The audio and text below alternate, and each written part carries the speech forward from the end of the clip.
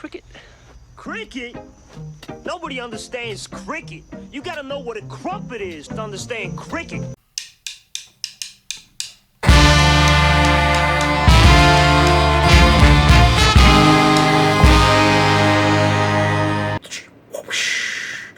Greetings! Welcome to my channel. I am Adam W. Rodriguez, and I am your host here at the Art of AWR. Today, we are going to be talking about The Last Ronin by Peter Laird, Kevin Eastman, and Tom Waltz. It took 9 months for all 5 of these issues to drop, so I've been chewing at the bit, and I'm ready to talk about it. Awesome! But before we begin, I would like to invite you to subscribe to my channel. I am an artist of many years. I am a professional writer, painter, and a producer of plays. I'm a performer as well. So if you like the idea of a guy who has been in the arts and entertainment industry doing reviews, making observations and recommendations about art, comic books, literature in general, subscribe to my channel. Maybe even give this here video a like. Hit that bell so that you get new notifications every time a new video drops. Excellent. Let's talk about The Last Ronin. Before I begin, I would like to do a disclaimer. In my previous video, my July wrap-up, I talk about the authors, Peter Laird and Kevin Eastman, coming back together as the result of a documentary called The Toys That Made Us that was released by Netflix. After I made that claim, I remember it was just because I had read some article about it. But sometimes articles are misleading, and sometimes you need to get some extra information. I try very hard to not give information that is not true. So after I thought about it, I was like, you know what? I want to go and double check. I double checked, and it turns out that that might not be the truth of it. In fact, I found a interview with Kevin Eastman where he even talks about, I don't know if Netflix brought us together. In fact, if anybody brought us together, it was a documentary called Turtle Power back in 2014 when it was released. And that particular documentary brought Laird and Eastman back together, at least on friendly terms, and they started discussing possibly doing projects again shortly after that. So cool. We've talked about that. Now I would like to talk about the Teenage Mutant Ninja Turtles. I myself have been a fan for a really long time, especially after the 1990 film. Some of you guys, old school guys, know exactly what I'm talking about. And some of you guys who have not seen that film, oh my gosh, go watch it. It's an independent film that just did really well at the box office. And it just kind of goes to show what a great, fun, and marketable idea a Teenage Mutant Ninja Turtle really is.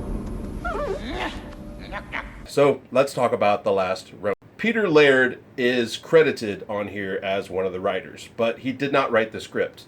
From what I understand from the minimal research that I have done is that Peter Laird wrote the outline of The Last Ronin back in 1987, and it was designed to be the last days of the Teenage Mutant Ninja Turtles, their final battle, the grittier the better kind of a story.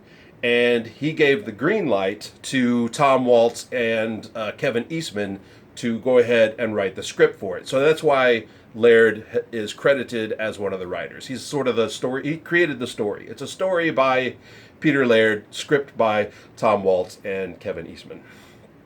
So I still am very excited to see Laird and Eastman together again as the writers in this book, and it doesn't disappoint. The grit level that I was seeing in the regular IDW books definitely got kicked up a notch in this bad boy, and I totally love it, and it wasn't a disappointment at all. I say that now. When I get into my pros and cons of my review, you'll hear my slight superficial disappointments, but for the most part, I really enjoyed the book, and I suggest anybody go read it. Awesome. Let's talk about the writing style in general. So, Eastman and Laird never shirked away from the fact that they were heavily influenced by Frank Miller, specifically Frank Miller's Daredevil. In the original books, The just starting with the origin alone, they call it head canon in that it wasn't a direct rip, but there's a lot of heavy implication that the ooze that turns these baby turtles into mutant ninja turtles is the exact same radioactive stuff that hit young Matt Murdock over the head, making him go blind and developing his Daredevil powers. And there's other homages to Frank Miller's Daredevil in that in Frank Miller's Daredevil, his clan of ninjas is called the Hand. And in Ninja Turtles, the clan of ninjas is called the Foot, the enemy ninjas that the heroes fight, right? And in Daredevil, his sort of father figure mentor is a guy named Stick. In Ninja Turtles, the father figure mentor is Splinter. And they even talk about this like openly, freely. They loved them some Frank Miller. It's obvious that that love for Frank Miller carries on into The Last Ronin, because this bad boy totally reeks of The Dark Knight Returns. And I'm not saying that that's a bad reek. I mean, that's a good reek. That's some good stink. I quite like it.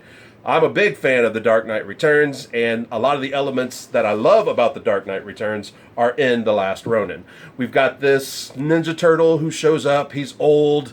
He's mentally damaged, he's physically damaged, he's bitter, his moral compass is starting to swing to a slightly different bearing. He's much more willing to do much more violent and visceral things, and I am totally here for that. I love that kind of stuff. Woo! All right, I just turned into Ric Flair for a hot second. I'm totally cool with that as well. The first book was really solid. I read it, and then I put it down and told myself I wasn't going to read any more until all these books dropped. IDW took their sweet time getting these books released. And they started off in like August of 2021, and the last one didn't drop until April of 2022, and it's only 5 issues. From what I understand, the trade paperback is out, and so is a hardcover version now. So you can go out and buy this bad boy and read it all at once as well. So more about the story. I'm not going to tell you who the Last Ronin actually is. The only hint that I'm going to give you is that if you consider all 4 of the Ninja Turtles, which one is it the most tragic that survives his 3 brothers? Well, that's the one that they picked. They reveal who that guy is at the end of the first book. I love the choice that they made. It only made me think that I was in for a very rough ride of just hills and valleys of emotion. Like I'm gonna cry a little bit, and I'm totally here for that. The subsequent books, issues 2, 3, and 4, have kind of a dual story arc going on. So there's the main story of the Last Ronin returning to New York. He's gonna complete his mission. He's going to take out the villains that killed his family and all of that kind of stuff.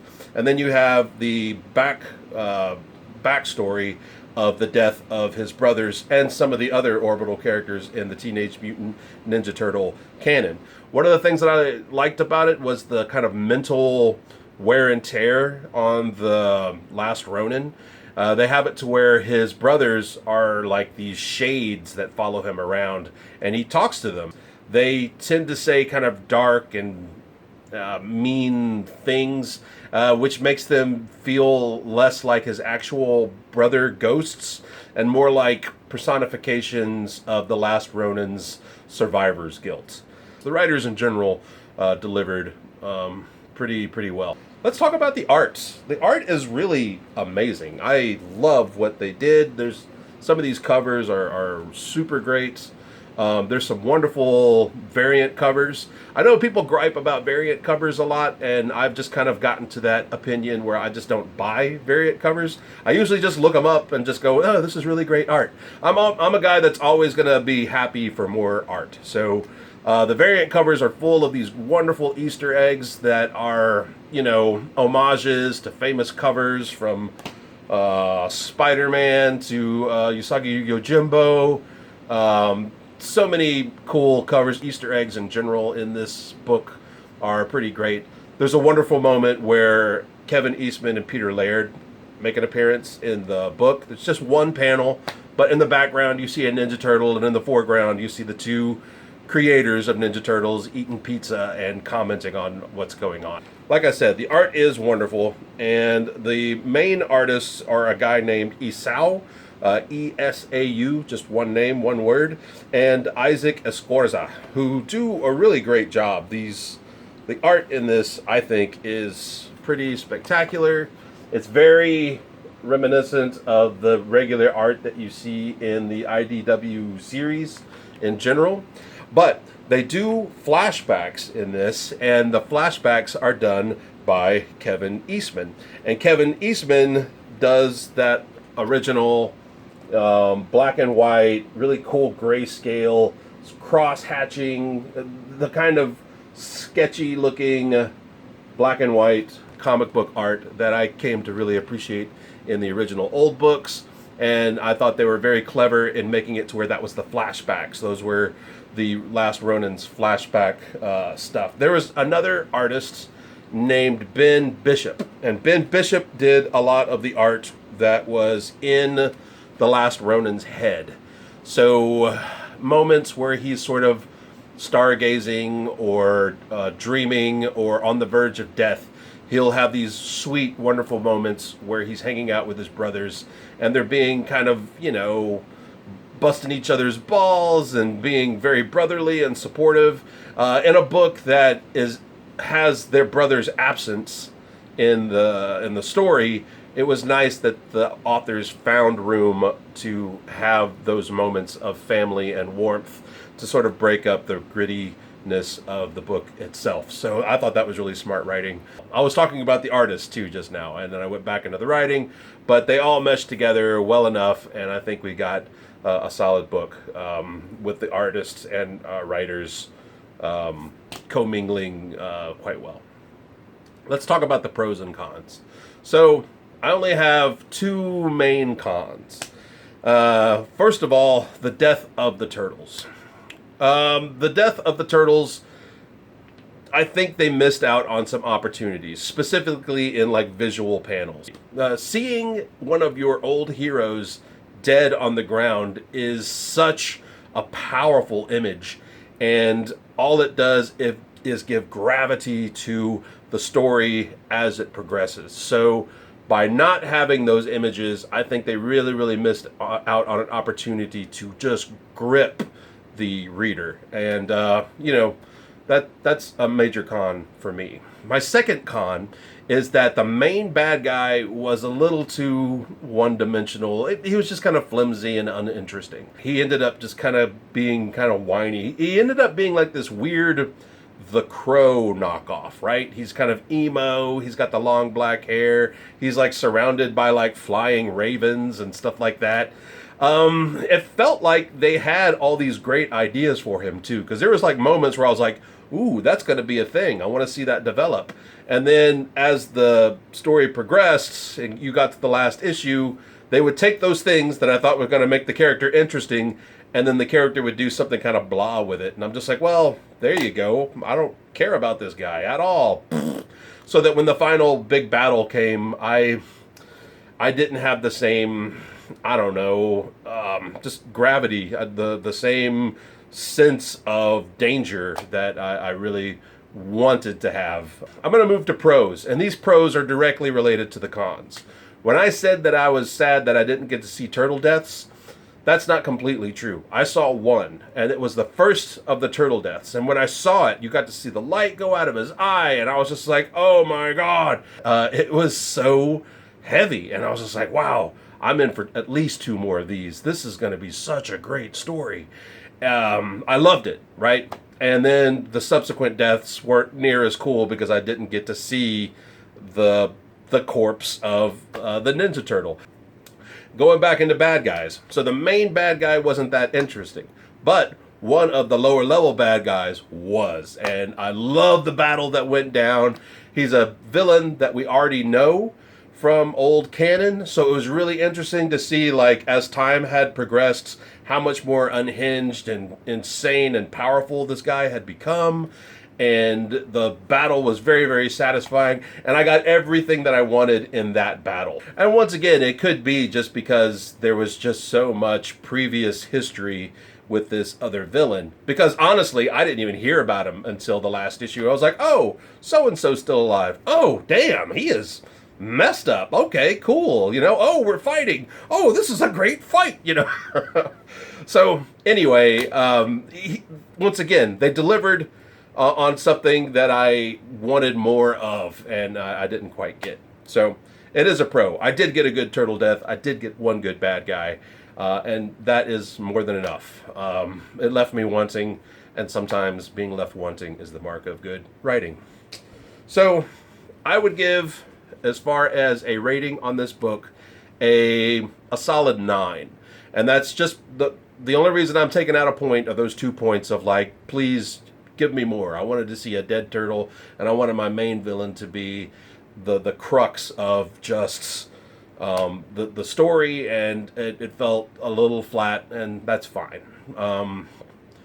But that's what the 1 point is about. Otherwise, it's a solid 9. If you're a guy who likes the old Turtles, the grittiness and the coolness of that, and you're a person who embraces these new turtle culture, these kind of brighter, slightly more broad appeal turtles that are around now, yes, you'll like this book. Both folks will like this book. It's got a little bit of everything. It delivers the grit that it's promised, and you get a little bit more on top of that. So all in all, solid book, solid 9. I hope you enjoy reading it. I know I did. So this has been my review on The Last Ronin. I hope you enjoyed, and we will see you next time here at the Art of AWR. Thanks for watching.